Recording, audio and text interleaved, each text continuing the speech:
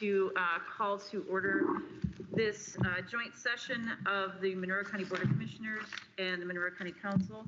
As for the Board of Commissioners, I'm going to open our portion of the meeting, bring us to order, and note for the record that all three of us are here and present in the Nat U Hill Room. Ms. Crosley. Thank you, Commissioner Thomas, and good afternoon.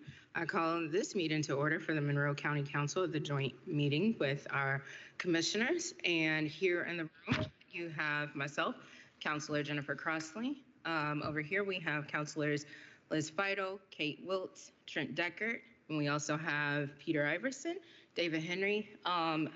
Councilor Marty Hawk is not in attendance, and I do not know if she is on via Zoom, but we have a quorum as well. Thank you so much. We will now turn it over to Mr. Scott Carnegie with DLZ to present to us a review of the pre-design facility programs. Mr. Carnegie, thank you. Thank you. This is an exciting night. This is a milestone that's been long in the works. But before we get started, you all are at an advantage because you all have nameplates, which help, and I realize that we don't have nameplates, so maybe just for introductions from the DLZ, Little Garmong Smoot side. Myself, I'm Scott Carnegie, project manager with DLZ, Bloomington, Monroe County resident. I'm Chris Cioli, vice president of Weller Brothers Building Group in Bloomington. And I'm Jeff Hirsch with DLZ. Thank you. Let me take a minute and just explain the printed material that's in front of you, if I could. So the first document that you see here that's 11 by 17, this is actually our pre-designed presentation. This is what I'm going to be reviewing here this evening. The second document looks like this. This is our pre-design report. So this is, when I talk over the presentation this evening, it's going to really kind of be a summary of this report. We also thought it was important to go ahead and include some of the previous exploratory type information that's been completed. So this is the geotech report. Now, this was completed by Patriot Engineering, and this was for the North Park site. And then this is the site reconnaissance report that was presented and performed by Vet Environmental Engineering. And the next big book is the phase 1 environmental site assessment, and again for the North Park site, and this again was done by Vet Environmental Engineering. Now there's another document that's referenced in our report, but I didn't print it because it's over 2,000 pages, but it's the phase 2 environmental report. And it's on a thumb drive that I've given to Angie. If anyone wants to see it, you may have all seen it previously. I know Vet Environmental Engineering came and did a presentation on it previously. So that's an explanation of all the printed documents there in front of you. So if you can now kind of focus on the 11 by 17, now that you have an explanation of the information that's in front of you. We are here, if you turn the page to understanding the design process, page 2. It's important to understand what we've accomplished thus far, which has been a lot, where we are to date and where we're headed.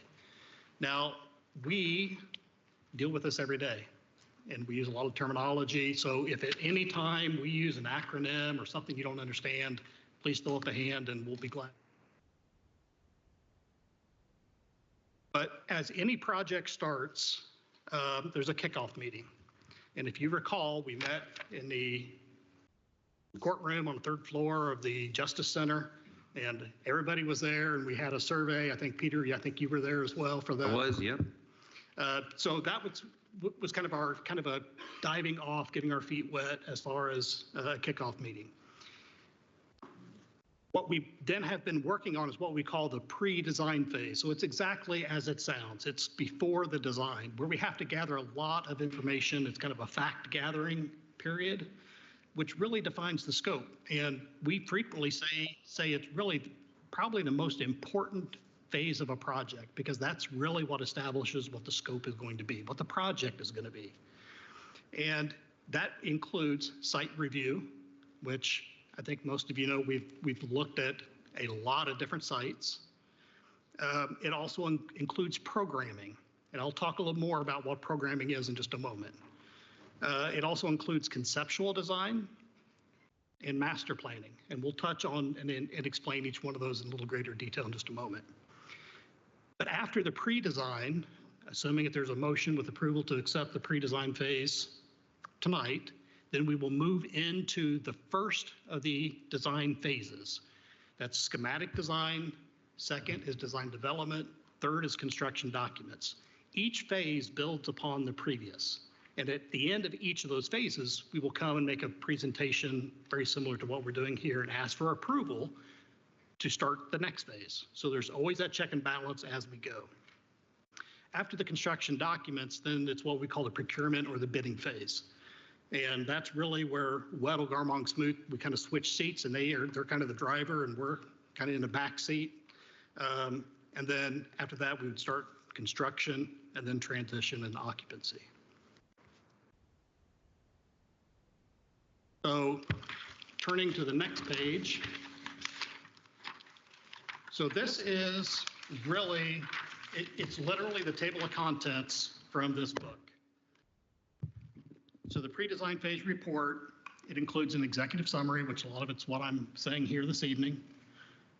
The building programming, the sheriff's office and jail, which is led by the transition team.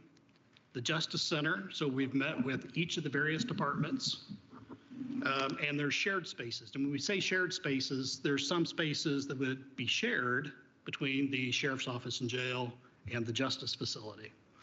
So we have those broken out. And then we have the conceptual design, site master plan, and we also included discipline narratives, and I'll explain those here in just a moment. But we've also included in the report a topographical survey.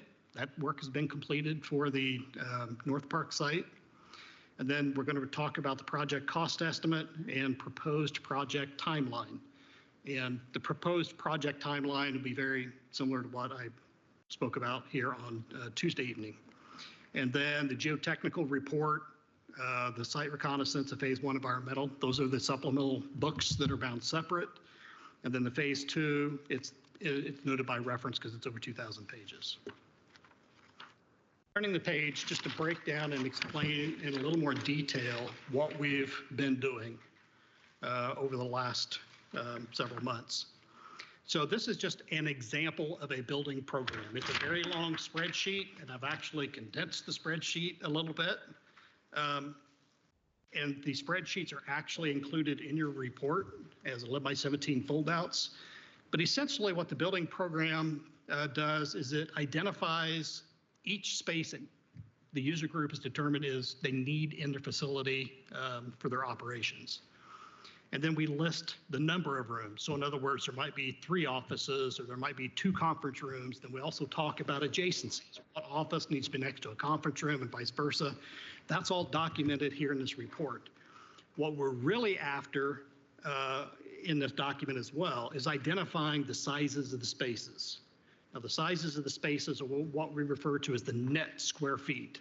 So literally in this room, if I took a tape measure and I measured the width of this room, multiplied it times the depth of this room, that's the net square footage. And that's important.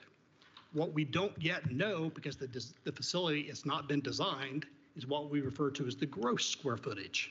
So in other words, the circulation, the vertical circulation, stairs, elevators, thicknesses of walls, mechanical chases, those types of things. So that's why we include a grossing factor, and you'll see that listed there at the top of that chart. Now these percentages are based on historical data, based on our recent projects, and then you'll see the actual grossing square footage calculated out for the area gross square feet. Now if you look at the various 11x17 foldouts in the report, you will see that the sheriff's office and jail is currently programmed at 143,662 gross square feet. And then that's programmed for a 500 inmate rated bed facility. Now, because I've been attending these meetings going all the way back to the initial CGRC meetings and the JFAC meetings. And I know that there are certain objectives and goals of this project. So the reason that I mentioned that is because I want to kind of give a breakdown of how we came up with the beds. So of those 500 beds, there are 80 that are designated for mental health, which is pretty high. It really is. We have medical. We have 30 beds for medical. We have 26 beds for holding. We have 28 beds for inmate workers. And then we have 336 for the general population. So that's the bed breakdown by category. And you'll see that it's in your report, but I just wanted to mention it. And then we have the Justice Center that's comprised of the courts, probation and community corrections, the clerk, the prosecutor, including child support and criminal, public defender, and security. And in total, that equals 109,995 gross square feet. The shared space that I mentioned before, that's approximately 17,825 gross square feet. So in total, for an entire building footprint, we're at 271,482 gross square feet. And that's what we've identified as the base bid. Yes, sir. How many beds in our current facility, and if you don't know, please get back to me, do we have designated for medical now, roughly? I'm Sorry. No.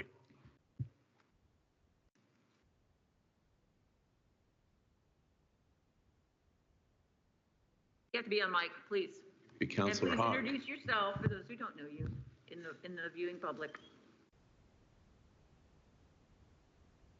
Jail Commander here at the Sheriff's Office.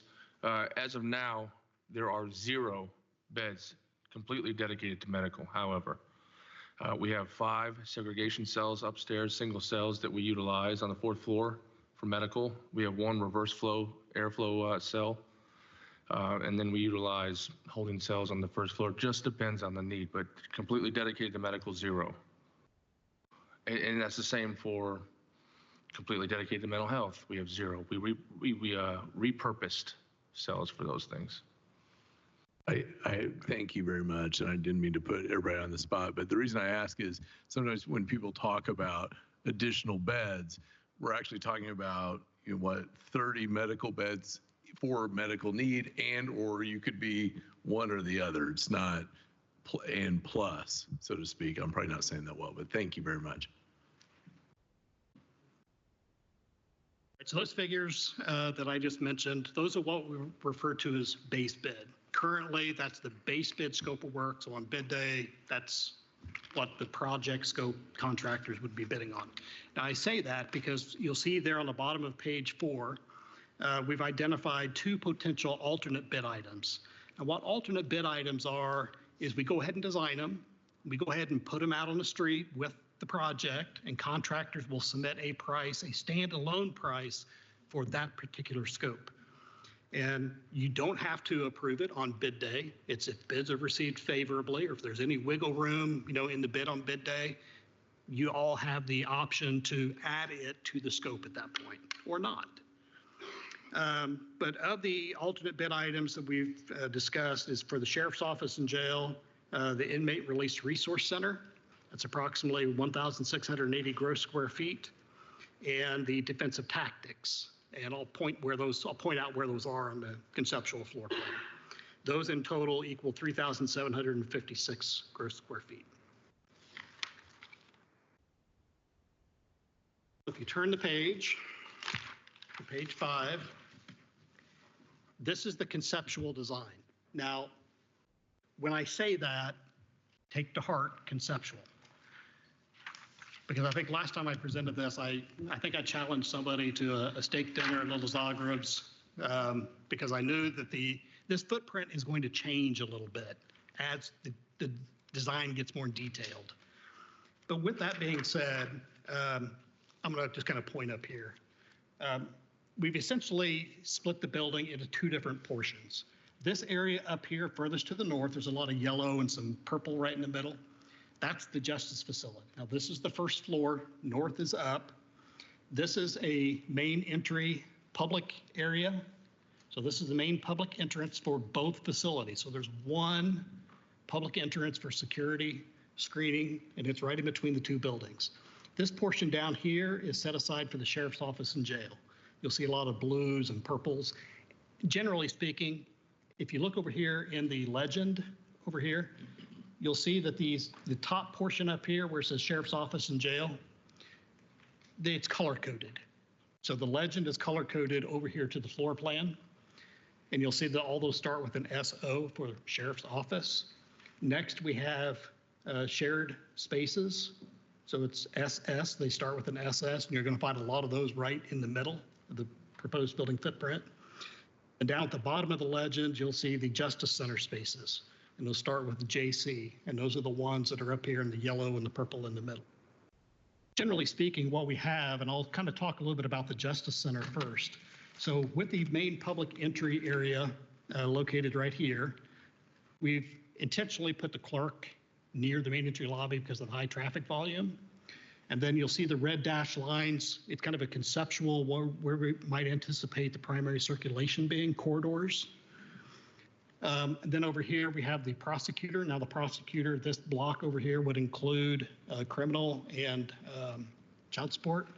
And then we have the probation, community corrections over here, kind of anchoring the corner of the building. And then we have the public defender anchoring the northeast quadrant of the facility.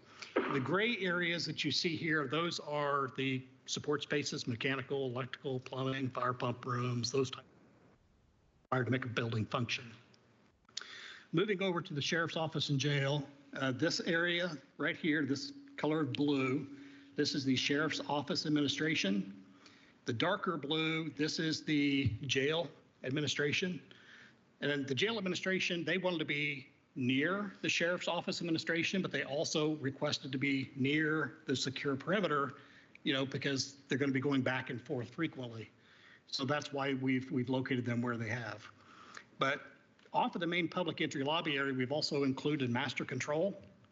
So if somebody walks in, there'll be a little greeting station here. Oh, you're here to go to the clerk's office. They can help, that type of thing. You're here to see the sheriff, or you have some sheriff's business.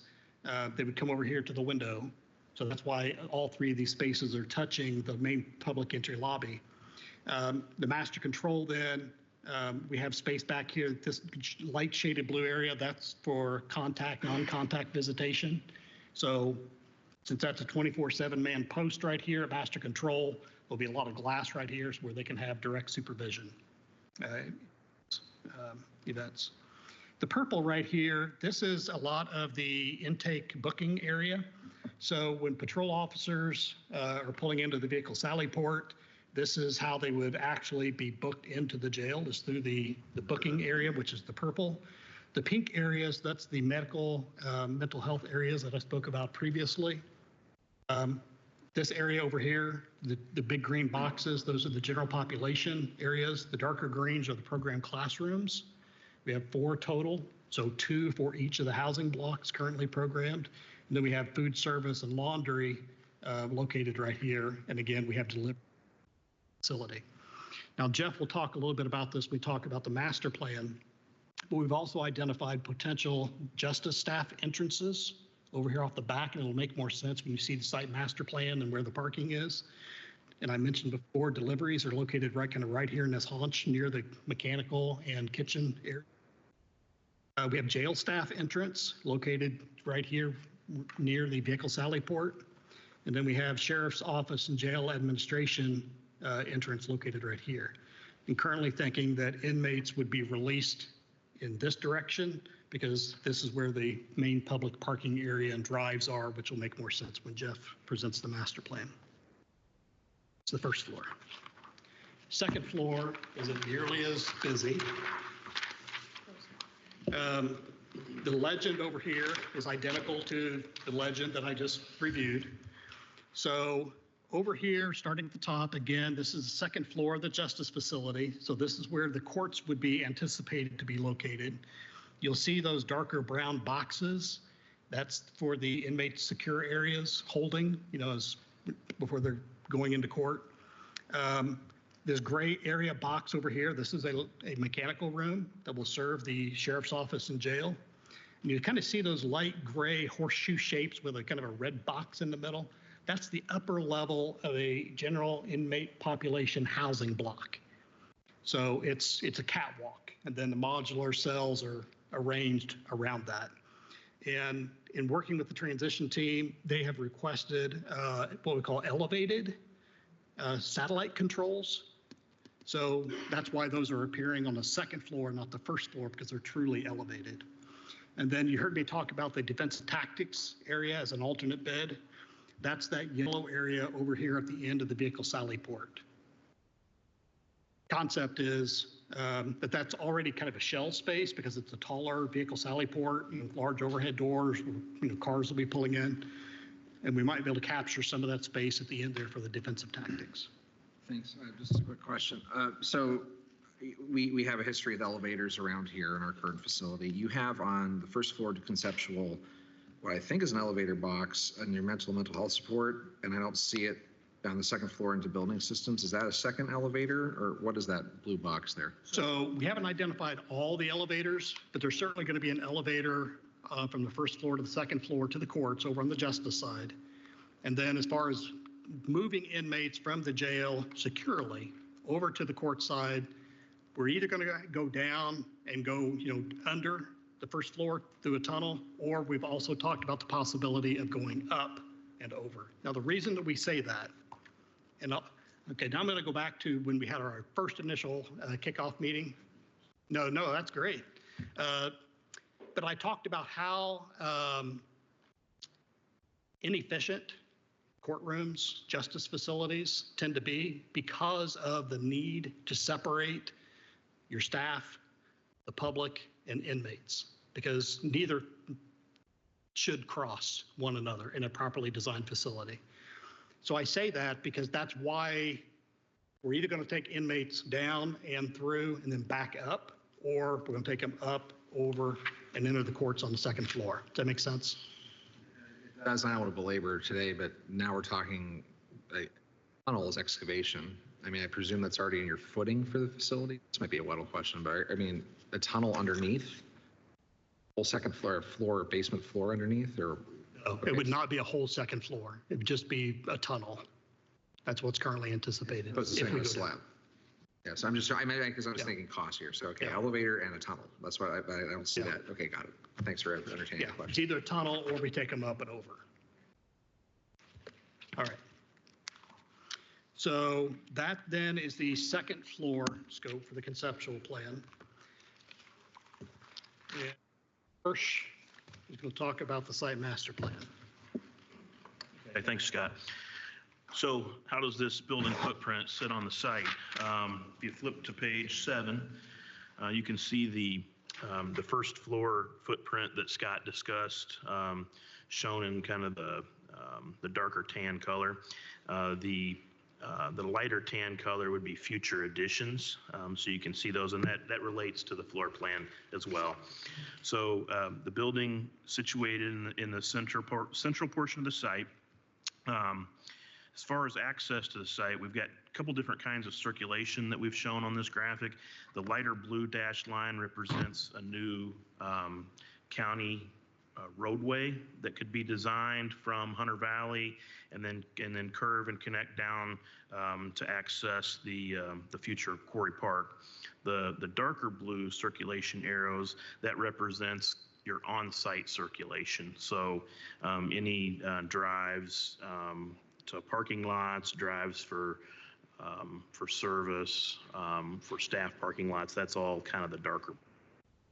So as you enter in from Hunter Valley on the newly created light blue dash, which would be roadway, there'll be 2 points of public access to the new jail and Justice Center.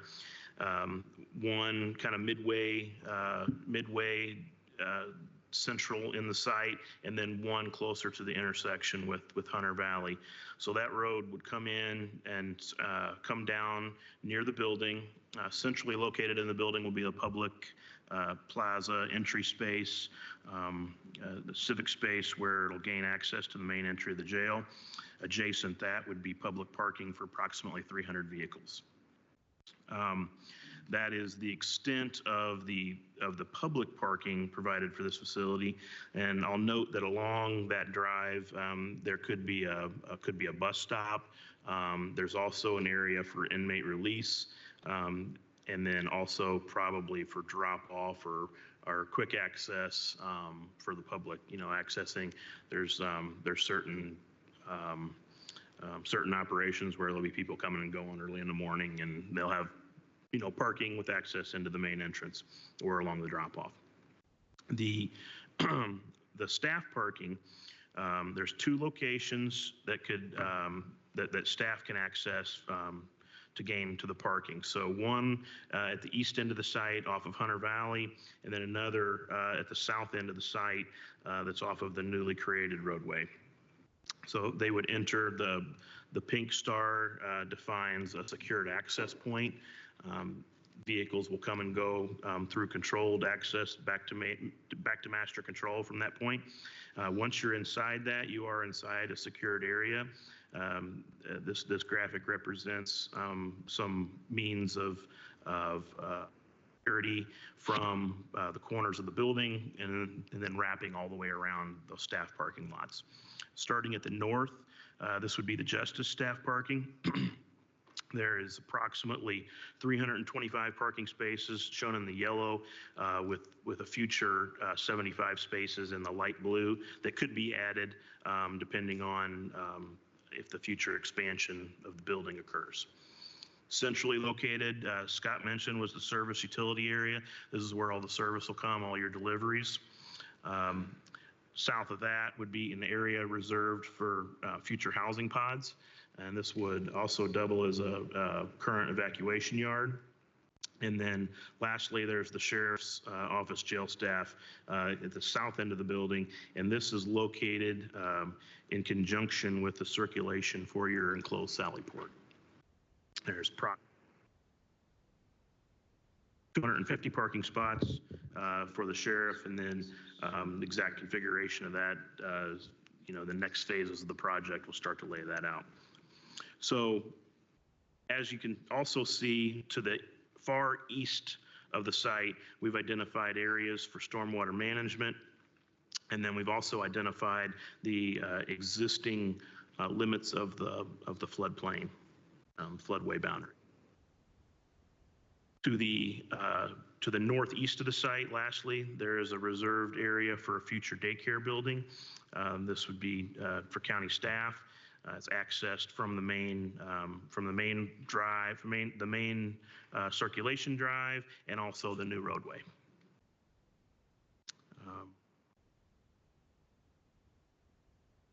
Right concept. Yes. I just have a quick question about the future housing evacuation yard. Is that enclosed? And if not, should it be? Evacuation yard? Mm-hmm. We typically will fence those. Okay. Yeah. Okay.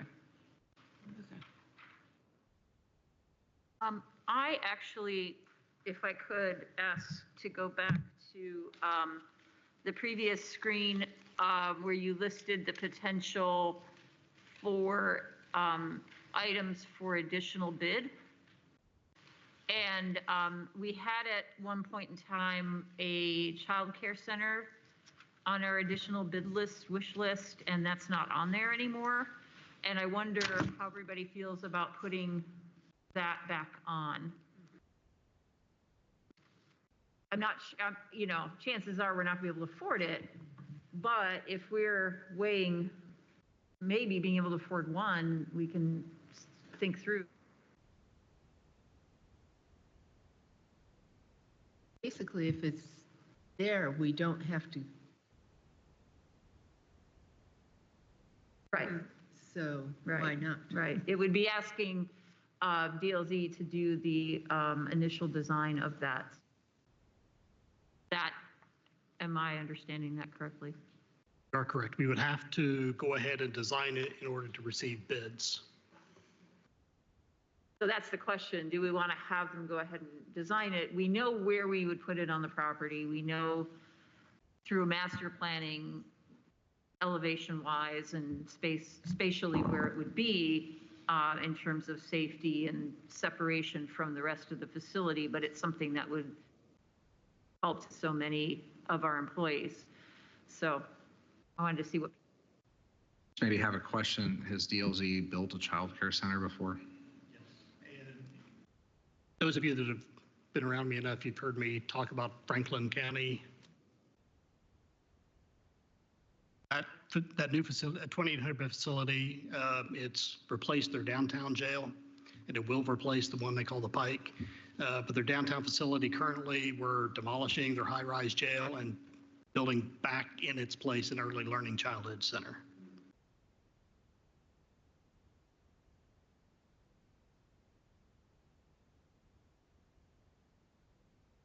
Everyone think?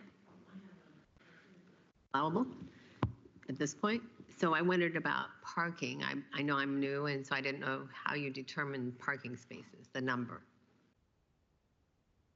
So the parking is identified by going back to the programming of the spaces, looking at number of staff, looking at shift changes, and then buying number of occupants for the building for the public parking and looking at the different operations. That's where we come up with those numbers. And the one thing I would say is when we calculated those numbers, we ran them by various offices and departments as kind of a gut check, make sure that we were thinking correctly. So we tweaked it a little bit based on input from others. Square footage needs as well, right? Oh, yeah. Yeah, okay. That was a monumental task. Yes. Like I said, I'm new. Yeah, and one of the things that we have space for that is not marked here on the master plan is a park and ride facility, working with Bloomington. Right here. It is on actually, there. it is. It wasn't on the other one, I'm sorry. But the park and ride would be an opportunity to continue teaming up with Bloomington Transit and Rural Transit and making that a space where people could ostensibly park their vehicles for the day to get into town. How many spaces are for that? Do we know? I don't remember the number. I believe we had around 80 to 100. Yeah. Right It's a now, start. the areas, it's a shape, and then as we move into schematic design, we'll start identifying the exact spaces. So I think as a follow-up, as I'm absorbing the childcare scenario, this site master plan inhabits a PUD that, going back to 2012 in our comp plan for the county, indicates more density, a town center environment off of Hunter Valley. The way it's situated on the parcel against the phase 2 plan for the county would situate it at the front end of what could be future development north and east. I guess my heartburn is about a child care facility in proximity to a jail facility. I have kids. I'm contemplating what that would look like dropping them off there, and also understanding where our county workforce is dispersed around the county if this is a convenient location for the child care facility. But as I'm looking at that, if we had the encouraged development private partnerships, public-private partnership in the PUD building north and west or east, yeah, the child care facility could be part of a much larger town center development as we originally planned. I have a little heartburn about this today, about this facility in proximity to the jail, and I'm wondering if other parents or people of parental age around the table are sharing my maybe pause on this for a moment. There's an elevation difference that I know we've talked about it at previous meetings. It doesn't. Having this design doesn't mean we have to build it, and it doesn't mean that we're committed to it. No one has to leave their children there. Oh, that's true. If somebody's not comfortable, they don't have to use it, but it's a good point. The remainder of North Park is in a PUD. It has nothing to do with the comp plan, and as part of the PUD, there isn't really anything identified as public-private. I don't want to get into the weeds on it, but we can talk through that. But to the east is the quarry and the uplands land, which is so. anyway, but we certainly can talk through what else is in the I PUD. Ma'am, Commissioner Thomas, I don't mean to correct that, but I'm literally staring at the phase 2 right now and our phase 2 plan, and to the north and east of that proposed location is a development design that talks about mixed use town square. North Park. Yeah, I'm looking at it. Yeah. North of this site, not east. Yeah, slightly north, right? Well, I guess northeast, but slightly north of the facility. I mean, we could put phase 2 up right. It would be wonderful to have the overlay of phase 2 with the site master plan, so we can see what the broader development would look like. But that's private, not public. Yeah, I understand that. Yeah. But this would be an anchor where after 207 years, we're moving the downtown core to 3 miles that way. There will be development around a justice facility, just as the downtown evolved over 2 centuries. I'm just saying this is the anchor, and if the child care facility is there, the question is whether or not other services, other uses are there for our workforce that would want to drop their kid off there. That's all. That's my heartburn today. If we have no intention really of building it, and given the dismal outlook financially for the county and many counties, I don't think we have any intention of putting a child care center in this round, so to speak, of construction. I guess I don't see the advantage then of paying for the design at this point either. I mean, we have the space set aside. It's in the master plan. We know where it would go if we were to do it. But, in the interest of really trying to streamline our expenses and keep the project just kind of focused, I think I would fall on the side of foregoing putting any more effort and money into that at this point.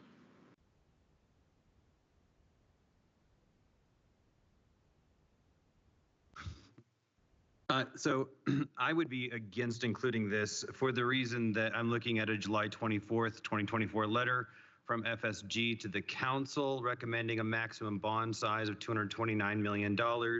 And this already exceeds that number. So I think we need to be really careful. We are going to be in a position of cutting, not adding. And I would encourage my council colleagues, as well as my commissioner colleagues, to look at that July 24th letter from FSG. We're up against it here already. So I don't think we need to be adding quite yet. Would there be a financial cost savings of including it at this stage? Would it be cheaper to get a master plan for that site now than at a later date? I could leave that to Scott, for Scott to answer, but all the additional bids can be different companies. They don't necessarily have to be the same builders, construction workers who are doing the work on the main buildings. They can be bid out to smaller companies in the community, for example.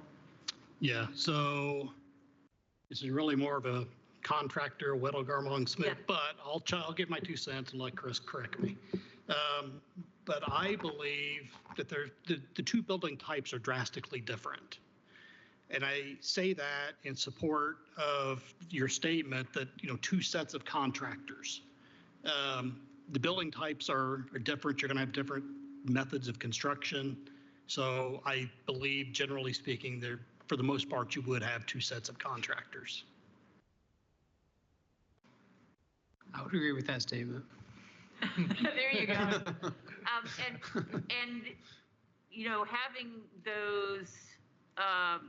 Having those blueprints, or schematic design, I should say, having those plans in place means that if there is an opportunity to do something for our employees, that we could actually do it. And that's why I supported it, because it doesn't commit us to building. Does it throw off your timeline a great deal? Probably, well, a little bit, probably. That's an added cost. Yeah, and that's something we don't want. How much of a delay do you think that would cause? When I say this, I'm talking about design time. I'm not necessarily talking about bidding and construction. Just you're getting so in other words, if you think X date is the date we're going to have the schematic design, how much, are we adding a week? Are we adding half a week? Are we adding? I could say, I'm turning around looking at my boss. Yeah. Probably, I would say 3 to 4 weeks. I would think that we would add in, doing schematic design for a early learning daycare type. But we can move on and see, as date on it as you continue your presentation. Sorry to interrupt. Thank you. Thank you. All right, so Jeff just talked about the site master plan. So the next page, on page 8, this is just an example. It's a sample of what you will find in your report. You'll find several pages of design narratives. What design discipline narratives are, we have one for site development, architectural, structural, mechanical, plumbing, fire protection, and electrical. So each discipline will go through, and for their discipline, we start to identify products, materials, equipment, those types of things. And we do that intentionally to start the dialogue. There'll be much more dialogue with the user groups regarding this stuff. But at this point, it also helps the construction manager begin to have something to put a number to. So that's really why we developed it for the pre-design phase, one, to promote the dialogue, which there'll be much more dialogue moving forward, but also to help the construction manager to be able to put a cost to something. So if you're interested in reading those, they're in this book right here. Turning the page then to page 9, and you'll find larger versions of the topographical survey on the site. You will see that there's actually 4 different quadrants, and it's just because it's a larger site. So if we shrunk it all down to put it on one side, it'd be too small to read. So it's broken up into multiple quadrants. Those of you that drive by there and you see that huge dirt pile out there, it looks fun to sleigh ride down. That's that right there. That's what that area is. Site. So that information, we've gone ahead and we've surveyed the site. That's important so that we know what our grading issues are, and so that the construction manager, again, just has additional information, helps them develop their costs.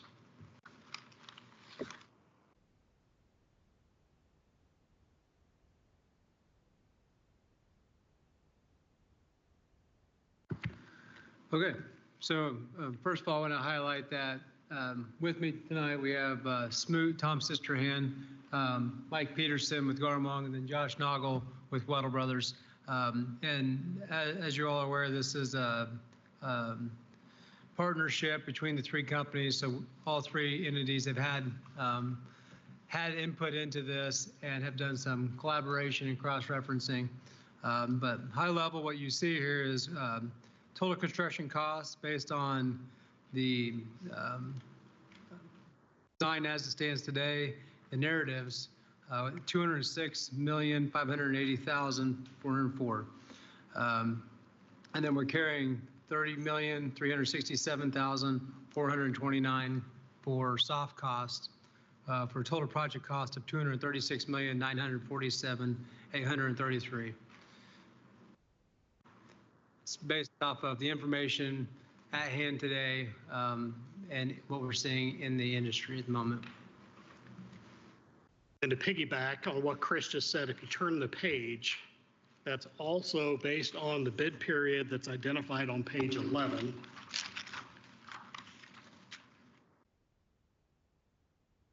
Of May 2026. So this schedule right here, this is the same schedule, literally, I just changed the date at the top from what I presented during the council meeting on Tuesday evening. But recognizing, obviously, not everybody was there.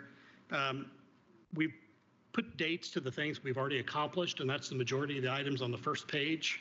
Starting with April 17th is when we had our pre-design justice facility programming. That's kind of where we commenced that process. And then in July of 2024, we started the programming for the the sheriff's office and jail. That's kind of when the transition team was formed, so that's when we started that process. The phase 2 environmental, that's the 2,000-page document that I kind of refused to print, but it's on a thumb drive that Angie has. And then we've had the tax hearing, as you're all very aware of. The survey completed, we just talked about that, November 2024. Purchase agreement was completed on November the 12th. January the 30th is when we actually began to forward this pre-design information to Little Garmong Spoot so they could begin the process of cost estimating the scope that's been presented this evening. February 27th, obviously that's where we are tonight, and that's a kind of our first major milestone for the pre-design. And then thinking maybe February closing on the North Park property. Thinking April the 30th is when we would begin to forward their schematic design information to Garmong Smoot again, so they could start their cost estimate. And then on May 29th, very likely here in a setting just like this, presenting our schematic design. I just want to point out, and I think I mentioned this before, that each of the design phases contractually requires a formal presentation just like this, where we have conversation and dialogue, and we have to receive approval before we can move on to the next phase. So I just wanted to point that out. So then we have design development presentation on September the 25th. March 26th, 2026 is when we would present our construction documents in a setting like this. This is the last of the design phases. So the next thing we'd be asking for is approval to go out to bid. And that's where you heard me talk about the DLZ, Willow Garmong Smoot, kind of change seats a little bit. And then receive bids May 2026, start construction in July, because we have to get contracts and insurance, performance payment bonds, and those types of things in place. And then the project being, the construction being substantially complete March 2029. Now, I think I said it on Tuesday, and we always put this on a timeline because it's a monumental task for a project like this regarding transition and occupancy. There's a lot of coordination that has to go on. So we like to track that on a calendar, and when we get closer to that time, there'll be much more detailed conversations. That concludes our pre-design presentation. And I know there's been a few questions along the way, but we'd be happy to entertain any more. Okay, anybody else have questions for DLZ, Cioli, others that are present today? Thank you, Madam Commissioner. Could we pull page number 7 back up on the screen, please? That is the site master plan that includes the light blue road.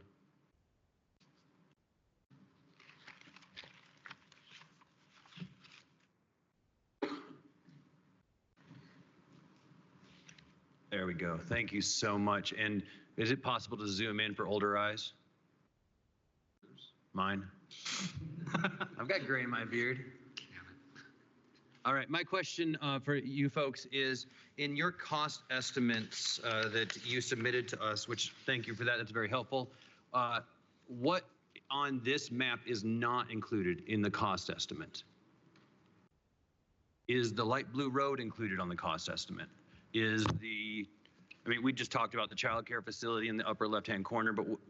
So just for clarity, and Molly probably can back me up or confirm this, but I believe Mr. Cockrell has indicated that the part of the agreement with Mr. Kreider is that the cost for the development of that light blue road would be split with the county. 50-50 is my understanding. I believe that's correct. So is the 50% of the county's obligation included in the cost estimate? I do not believe it's in this estimate. Okay, thank you. Is there anything else on this diagram? Of course, we've talked about how the child care is not. Is there anything else on this diagram that is not included in the cost estimate? Well, the resource center is an alternate bid. Mm-hmm. Right. I mean, it's listed on the cost estimate, but not directly. It's not in there right now. Where is that on this picture? Is that? So that would, it would be right up here where the inmate release is. So the Inmate Release Resource Center, again, not to continually beat a dead horse, but those of you that toured Franklin County, you saw that space immediately adjacent to where the inmate release was. It's not a requirement for inmates, to walk through that space and receive those services, but at least in Franklin County, it was there, readily available. But that's where there could be opportunities for outside service providers, social service organizations to come in and provide, programming or services to help, apply for a job, apply for health insurance or Social Security or whatever. In some cases, it can be to find some clothing if the seasons are Right. different than when you were booked in. It could Yes. be a place to charge a phone. It could be a place to call a family member or an Uber. There are a lot of other things that happen. And typically what we saw in Arizona, for example, and also in Kentucky, a separate building was actually, it's a little bit detached from the rest of the facility. But in this case, I think it makes more sense. Answer your question, Kate. Well, so you outlined the defense tactics not included part in your drawings, but so when you point to this area, it's not anticipated that this would be within this blue footprint. It's really added. Is that? Say blue footprint. The sheriff's office administration is the blue part. Yeah, okay, so is this the blue you're referring to, Kate? I'm referring to the blue that's light here? blue. Yeah. Yeah, so that square footage for the inmate release right here, that's where that. Thank you. Couldn't see it. I Yeah. can't read those little No, words. I get it. Okay. It's that area right there. Yep, I see it now. Thank you. Yeah, you're welcome. So I have a question. So I wondered, I know you've seen other facilities, and I wondered if this whole footprint resembles anything like you've seen. So you could kind of envision what it might be like to function in this space? Kind of does. I think maybe most of them had a slightly bigger budget. But as far as the layout goes and how you would maneuver through the space and utilize it and things like that, is this kind of indicative of something you've already seen? Yeah, I would say so, and I would say not necessarily with the bend in the middle. That's a bit different. I haven't seen anything like that. Mm-hmm. But in the sense of being right next to each other and connecting in various ways and having some shared space, yes, that's pretty typical. And how they're arranged, it was similar to this, maybe? Okay. I mean, the jail in particular, we didn't really tour justice buildings. Jails. One thing I would point out that I think will be a huge advantage in subsequent design phases is, again, I'm telling on my age here, but I actually started hand drafting. I'm getting that old now. And then I moved into AutoCAD, which was predominantly, two-dimension. And now our young guys in the office, it's what we refer to as BIM, Building Information Modeling, which we use the Revit software. I say that because in subsequent design phases, we will actually be designing three-dimensionally. So for questions, just like you asked, we can actually fly you in through a front door. We can put you in master control. We can spin you around. You can look up, you can look down, which will, I think, greatly help people envision the space. And that will really help when various, for example, when we ask police agencies to consider the booking area, if we can give them that model, that's something they could look at and say, okay, here's, what about this? Or yeah. We especially find the three-dimensional Revit models useful when we're considering sightlines, because sightlines are so absolutely critical in a secure facility, and they can head off a lot of problems. So I was just going to ask, and I don't know if this is for you, Scott, or commissioners. I know we had talked about in the past bringing the public in and making sure like they see like the design and whatnot. Would that be in the area where, you, at least I think that's what we had talked about. Would that be around the May 29th, 2025 time frame where you would kind of come in with like 3D designs and invite the public in to see what that would look like? I kind of want to see it. May 29th, okay, so that's schematic design. That's probably still going to be a little premature. Okay. Really, design development is kind of really when the design is mostly set, because the next phase is where we're actually putting the details to it. But there's certainly going to be some more advanced graphics for schematic design above and beyond what you see here. More Especially developed. for the exterior of the building, which there are parts of the interior we're obviously not going to be publicly showing, but at least having a sense of what it would look like in the topography, we can get a better sense of that then.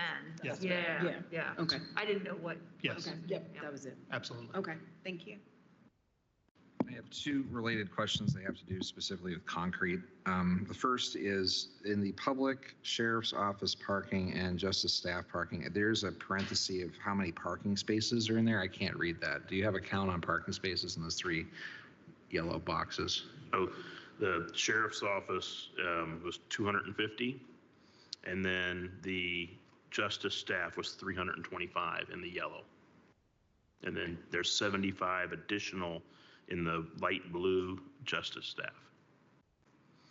It's also within the narrative in the overall document. Walk me through how we derived almost 500 parking spaces. Sure. So or more than that. So as Scott develops the building program and he's looking at all of the different spaces, areas, we're also looking at numbers of staff. We're looking at shift changes. We're looking at number of public anticipated to be, arriving and going at the facility at certain times. So with that information, we start to develop the numbers. And then we also, as Scott mentioned, we've reviewed that, kind of going along the way and looking at the different concepts. We've discussed the numbers to adjust them. Related to that is the ingress egress and on the site master plan. So I'm looking at the blue line that runs between public parking and the kind of main entrance. That gray space, is that plaza? Is that offset from the service? What is that? Is that the road? So there's a setback. We like to keep a secure zone between any vehicular traffic and the perimeter of the building. So there's a certain setback there which will or could become green space. The idea is that the sort of the center point of the building where it makes the bend, that would be a civic space, a public plaza. That's your main point of entry. I don't see a scale. How far is the walk from the public parking through to the courtyard entrance there? How far is that walk? From the public parking? I'd have to get you an exact number on that. You're probably roughly 30 feet with a drive. Let's say there's going to be islands in the parking lot, so maybe 80 to 100 feet, 120. As we develop the schematic design, those spaces, you'll start to see a lot more line work and a lot more defined materials. That's all I got for tonight on that, but that seems like a lot of concrete on the ground. I'll take a Thank you. Thank you, Madam Commissioner. I have 2 questions. The first is when the schematic design comes about in April, that's when we're going to have the gross square footage, right? That's when we're going to have the better definition of how much the actual net square foot. The terms I get confused, but. Yeah, so we'll continue to track the gross square footage as the design develops. So those numbers will fluctuate a little bit, and I think I pointed out previously where at this point, because the facility has not been designed, all we can use is a percentage for a grossing factor. Well, as the building begins to develop, we'll see how we're tracking against that grossing factor percentage. So it will fluctuate, but we will certainly update it at schematic design. And then once we have those numbers, that'll allow for a little more granular look at some of the cost estimates. Excellent point, Peter. Thank you. So keep in mind, this is a preliminary design. So as I said, it's exactly that. So Willa Garmong Smoot, they're kind of earning their keep right now, because to put together a cost estimate based on a building program, building narratives, topographic surveys, those types of things, it's a fairly tall order. As the design continues to get more and more detailed and refined, then yes, their cost estimate will as well. Yeah, okay, great. My second question, if I may. In all of the documents you've given us, we're noting that the bed count is rising to 500. Has there been an analysis done by either of your teams or any of your teams on any type of labor increases or labor costs that will be associated with an increase in beds? So when we presented on Tuesday, I know you kind of gave us a precursor to 3 questions, I think, that you said you were going to ask, and that was I'm one hitting of them. Yeah. You're hitting them. So if I recall correctly, if I'm understanding your question correctly now, Peter, is I think you're asking for a staffing analysis. I am. And I'm going to bundle this with another one of your questions. It's exciting. Because I think you also asked about operational.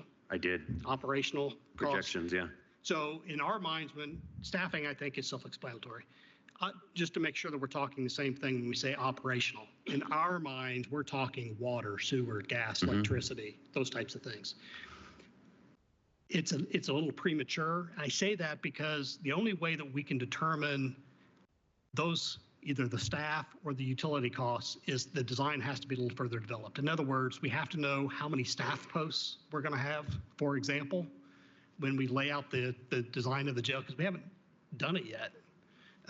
But that will determine the staffing costs.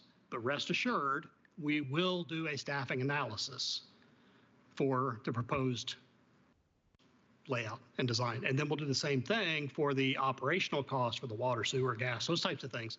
But we can't do that yet until we design it and we know how big the boilers and chillers and that kind of, when we know the BTUs and all So that fun I stuff. lose sleep over the bonding aspect of this and the total construction costs, but I really lose sleep over the fact that we could be looking down the barrel at a number of FTEs that we're going to have to budget for in future years and be burdening future councils with. So that's the rationale behind my questions, and I appreciate your willingness to work on this with us.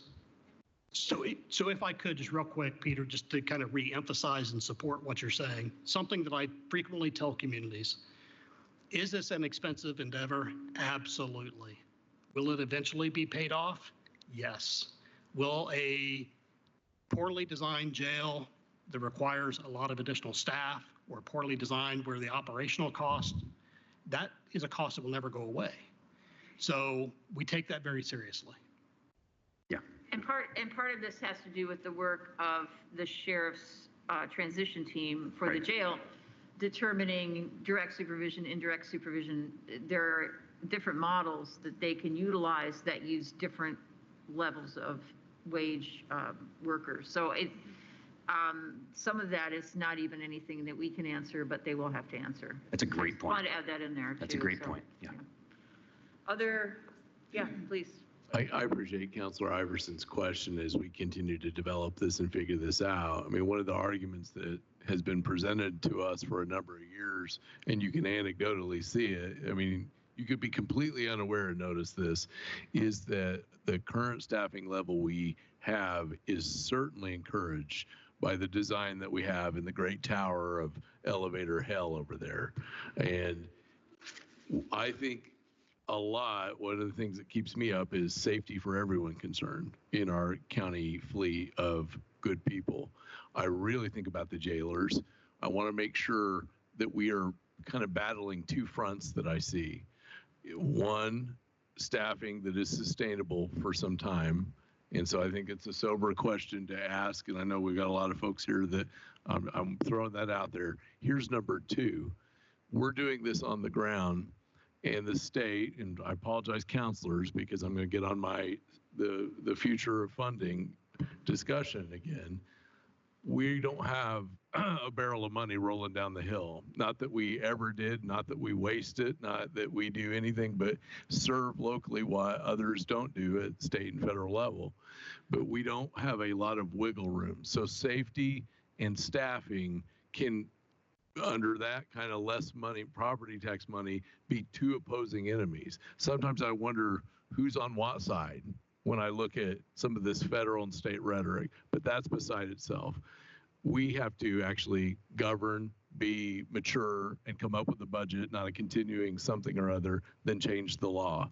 So with this in mind, the more diligence we give here locally to this about how this looks in a way that can flow for their safety and beyond is going to be paramount, because we may reach a point where going into the bucket to get cash to make it safer, make it flow better, there may be no bucket to get into. And who knows, maybe it won't be us that do it, but I don't want to kick that off to somebody else and say, well, I thought it was a good compromise at the time. So I appreciate where Councilor Peters going with this, but we gotta be real careful right now. And by the way, for any of our state officials that watch our meetings or our recordings, this is what it looks like and what it happens to back the organizations that take care of us, boots on the ground. And I will add to that, because this is kind of a good general discussion, because it is an issue to make sure that we're in budget. But one of the other concerns relates to programming and how much we can afford, but that reduces recidivism, so it saves money down the line. Does everybody recognize that? And balancing that is going to be something we may have to do in a way we didn't think we would. Yeah. One thing, Commissioner, I would add is, again, sometimes I hear the word co-location get thrown around as if it's just something we pick up at Village Pantry and it's $2.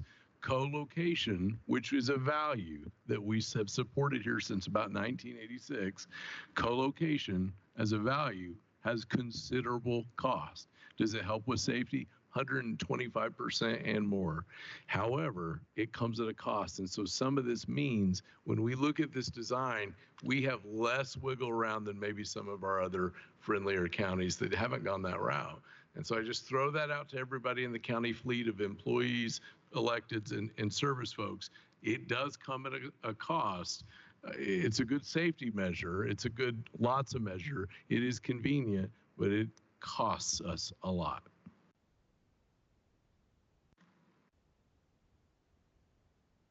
Just to follow up on Councilman Deckard's comment, I think in a sense, what I see us doing is front loading the safety costs now. And because costs that we find out we have to redesign for are going to be unanticipatedly expensive later on. And you have the human costs that no one wants to put a dollar figure on. And that's what we all hope to avoid. 100%. Others have any comments or questions specifically about this programmatic design phase? Yes, Councilor Wills. Thank you. I wanted to just touch back on Councilor Iverson's question about, is everything included in the cost estimate? Understanding that it's a big estimate, you know, you'll narrow it. But for instance, I see like a lot of hardscaping around the outside of the building. Are those costs included? Yeah, everything except for what's indicated as future, and the light blue road, as mentioned, is in the package as it stands. At least there's values placed in there for them, yes. For the stormwater management areas and any of that? Okay, all right, Assumptions have been made. Have been made, that's all. Yeah, I understand. The assumptions to hook up to utilities have been made. They may be wildly off, high or low, we don't know. Sure, But, I understand but those that. are all in there, yeah. So if I could ask another. Please. In the drawings, is there access to outdoors for the inmates? Is that part of that evacuation area, or is that considered at all in here? I mean. So yes and no. Now let me explain. So what we typically will do in a modern jail and we've discussed this with the transition team. It's what we refer to as an indoor-outdoor rec space. And when we say an indoor-outdoor rec, what that means is it's a confined, secure space with a roof over it. It's conditioned. But when the weather is nice, there's insulated overhead coiling doors that they can roll up for master control. There's a security barrier, but it allows free air movement in and out, sunlight, those types of things. So there's that, and that's pretty typical in most county jails.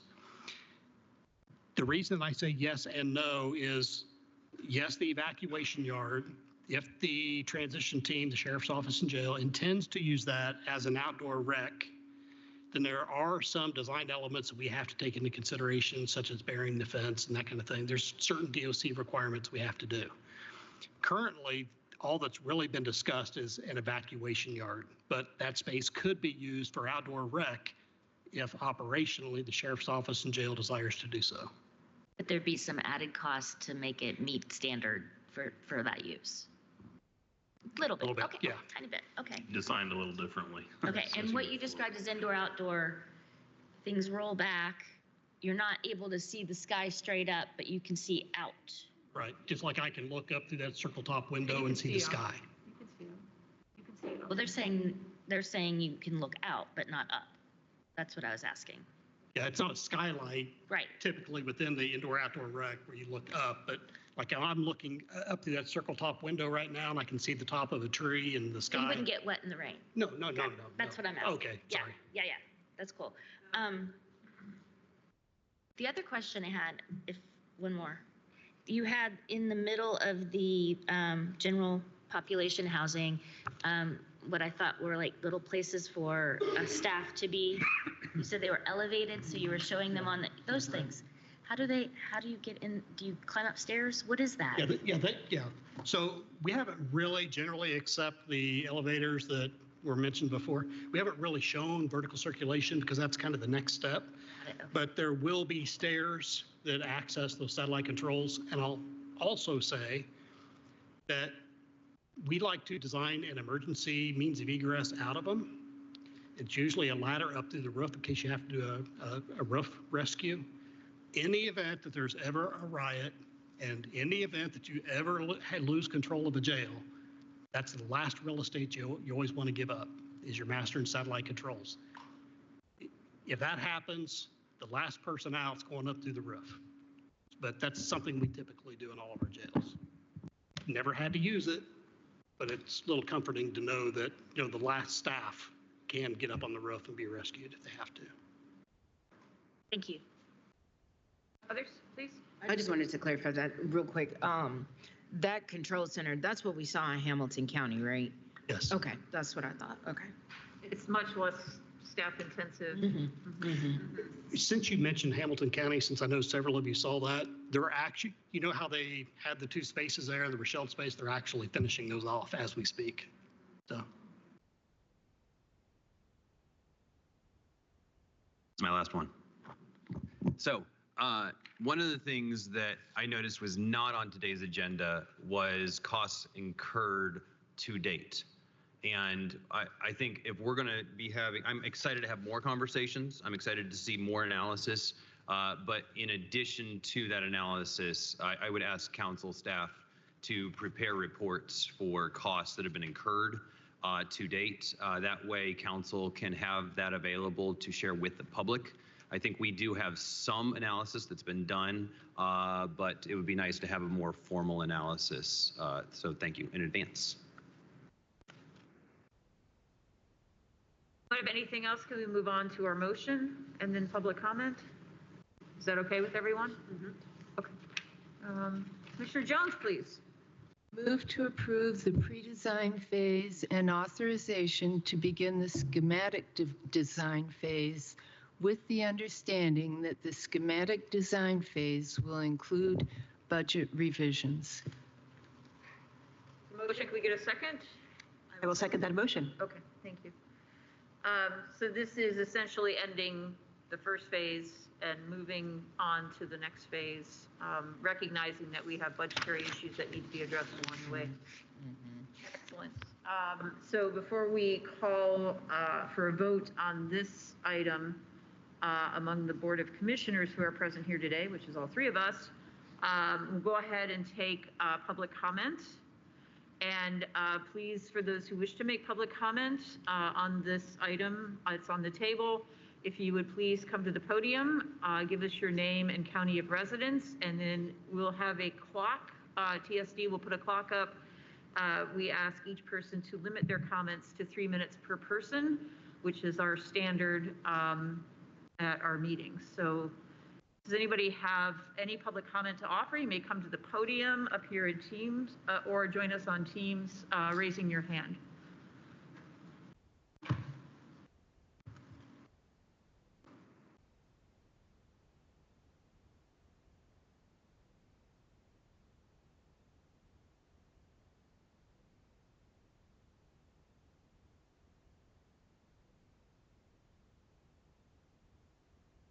TSB, can we get a countdown clock for 3 minutes, please? On the screen, please.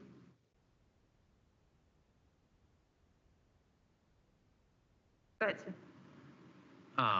Good evening. My name is Seth Muchler. I'm a resident of Monroe County. That was a lot of information to take in, did not have access to the materials, so it's going to be a lot to sort of pour over. I'm going to try very, very hard to keep my cool. I'm going to be very frank and honest with you. I am pretty upset. This is, as many of you know, I've been against the construction of this jail for a long time now. I think that we should be investing our money. I think we should be investing our time and our effort into things that will actually help our community, not just further exacerbate the problems that we have and to create more cycles of violence and abuse. And I think seeing this meeting today made it feel very real. And seeing the designs of what I'm just going to frankly call this mega jail that DLZ has designed with 2 stories, with 500 beds, nearly double the current bed count. I don't care how you break them down. It is almost twice as many, with the $236 million estimated cost. That is an absurd amount of money that could be used for other needs in our community. We are on the brink of a recession. We are on the brink of increased pressure from the state, from federal. People are hurting. And this is where we are putting our efforts and putting our energy, putting our funding. Seeing that this jail is, even then with all of that in mind, allowing for further expansion. So we're building ourselves and out so that we can make it 600, 700 beds down the line, because 500 isn't enough. We need to be decreasing our reliance on incarceration, not building ourselves a bigger and bigger jail-based safety net to deal with the people that we're not happy with in our communities. There's so much more. I want to echo what Councilmember Wiltz was saying. It is shocking to me that in this design of this compassionate jail that I've been hearing talked about, that our inmates will not be able to touch grass. That is unconscionable. They should be outside, but the fact that they won't be able to go outdoors, and we put all this time and effort into building this and designing this, that one really hits. That's very hard to hear. I've got some here. There's so much going on here. I'm sure I'll have more to say. I appreciate all of your time. I appreciate, I appreciate all the questions that were asked, and thank you very much. Thank you. Does anyone on Teams wish to offer public comment? Please raise your hand, or if you're here in the Nat U Hill room, you may come up to the podium. See anyone?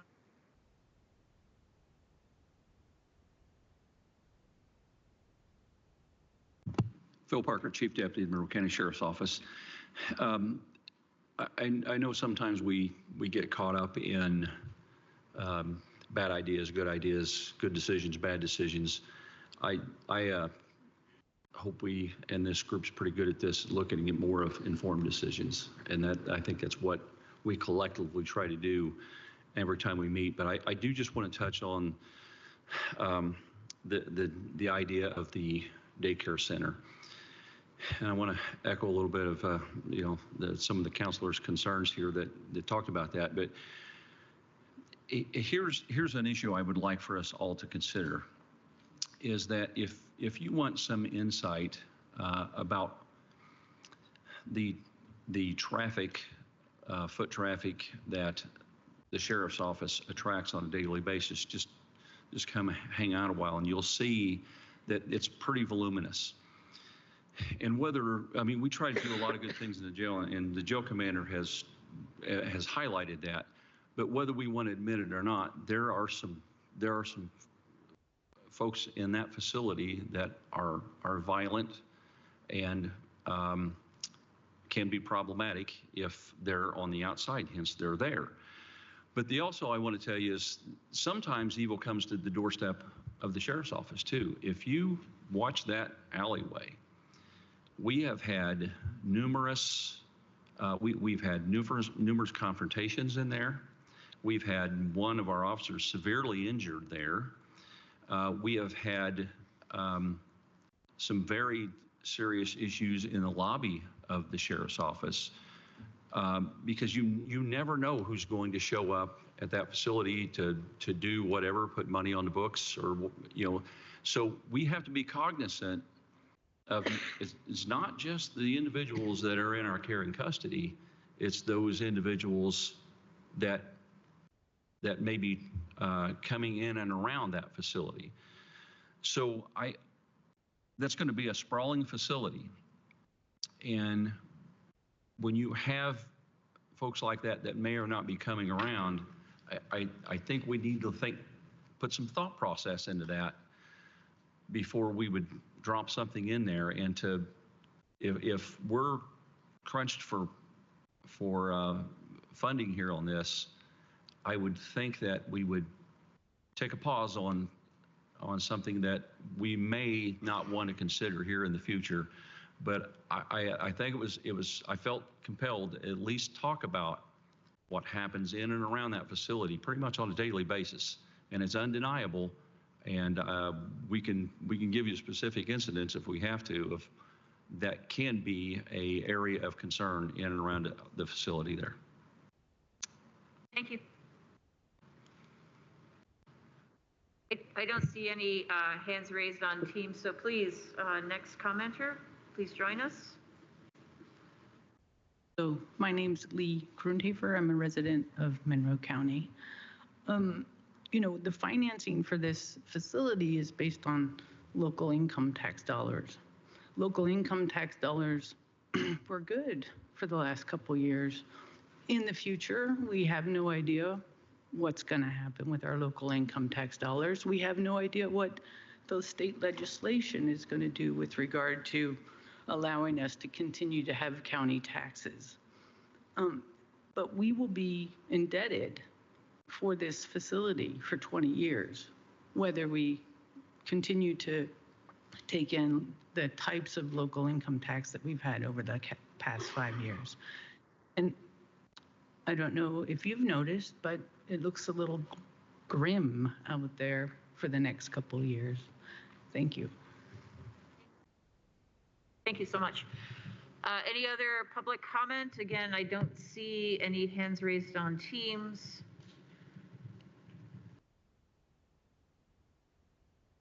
All right, seeing no additional comment, I'm going to bring this back to our board for a vote on the question of approving the pre-design phase and authorizing movement to begin the schematic design phase among the Board of Commissioners. All those in favor signify by saying aye. Aye. Motion carries 3-0.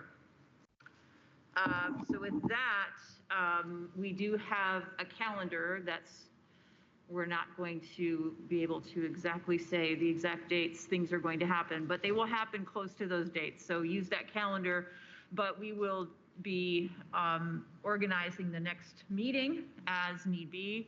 And we look forward to continuing our discussions with our department heads who are involved in this project. They have been really great, useful discussions.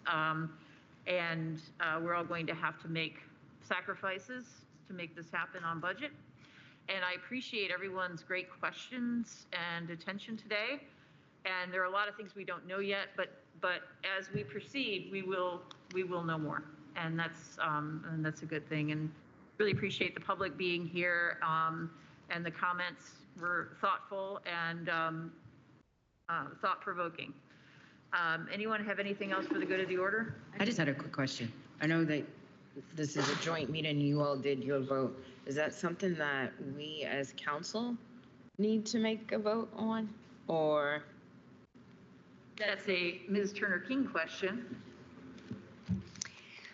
I don't think it hurts if the council wants to also do a vote in support of moving on to the next phase. I don't know that it's required, but. Handwritten here if anybody wants to. Okay. You can read my writing. I can see. I guess. So it's up to you. Okay. Okay. Not required. Okay. Certainly. Anybody have any questions or comments? I totally recognize that if we were to vote, it would be symbolic at this point. It would be, I get that it's not our decision and it has been approved that we move forward. That said, if we voted, I would be voting no. And it's not because I'm anti-jail or anti-law enforcement at all. It is because of some very specific issues that I have with the project not. I feel like we're getting a little out of control on budget, first of all, and I recognize that we can be reining that back in, but I haven't seen any specific suggestions on how we're doing that, and that makes me very nervous.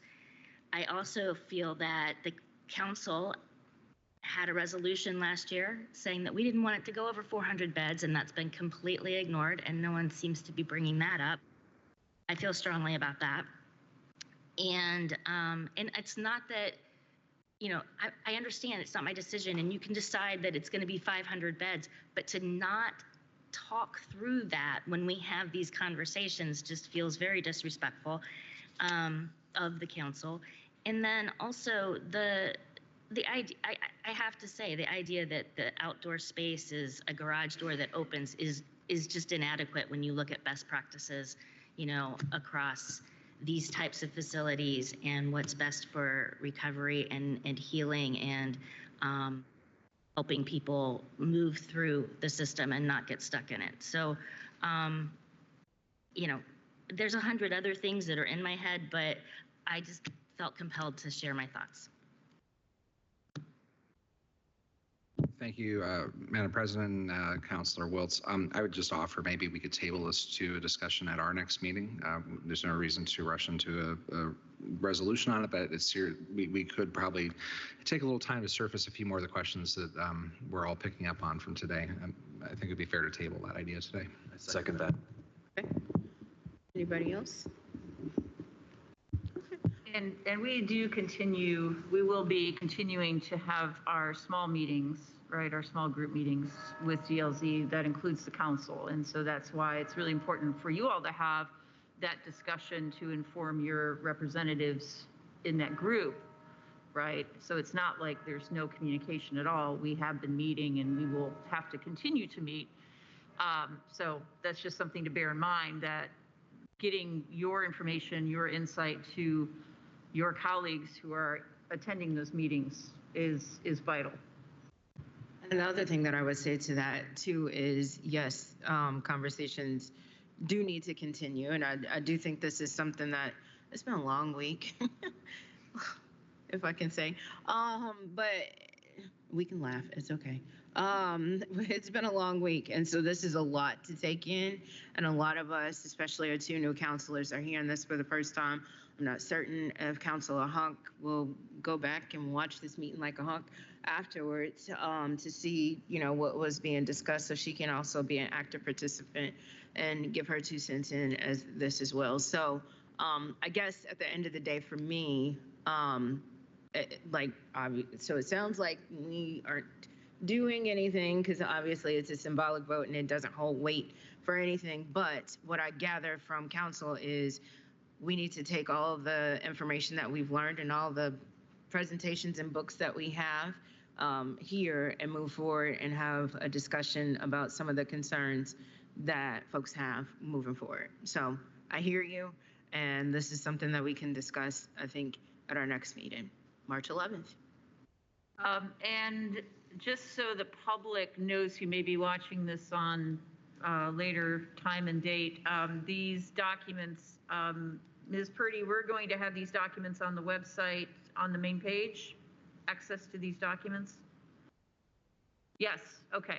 And they will be somewhere linked on the main page, probably by tomorrow, I would assume. Yeah, so I have just spoke with our technical services director, and he's going to actually pick up. I will not be in first thing, and I know that getting this onto our website is a priority. And talk to him. Great, and that will help the public develop a keener understanding as well of what's planned, and they can continue giving us their feedback and providing input that we need as we move forward. So really appreciate that. So are those documents, this whole stack of things we have here, is that what we're talking about? Well, I don't think it's the geotechnical, because those are already out and on the website. It's just it's the wide format version of the PowerPoint, the long sheet. And the additional. And then the piece that's the pre-design report. That's the items dated today. Yes. Okay, thank you. Yes. Okay. The others are already there.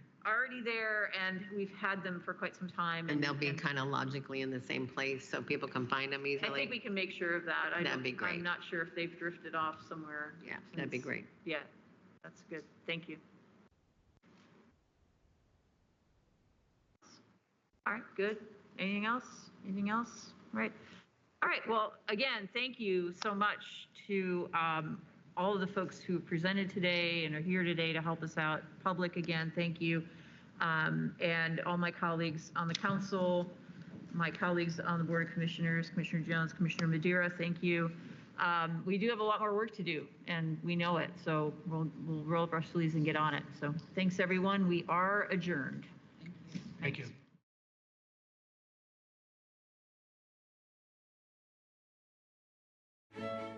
Thanks.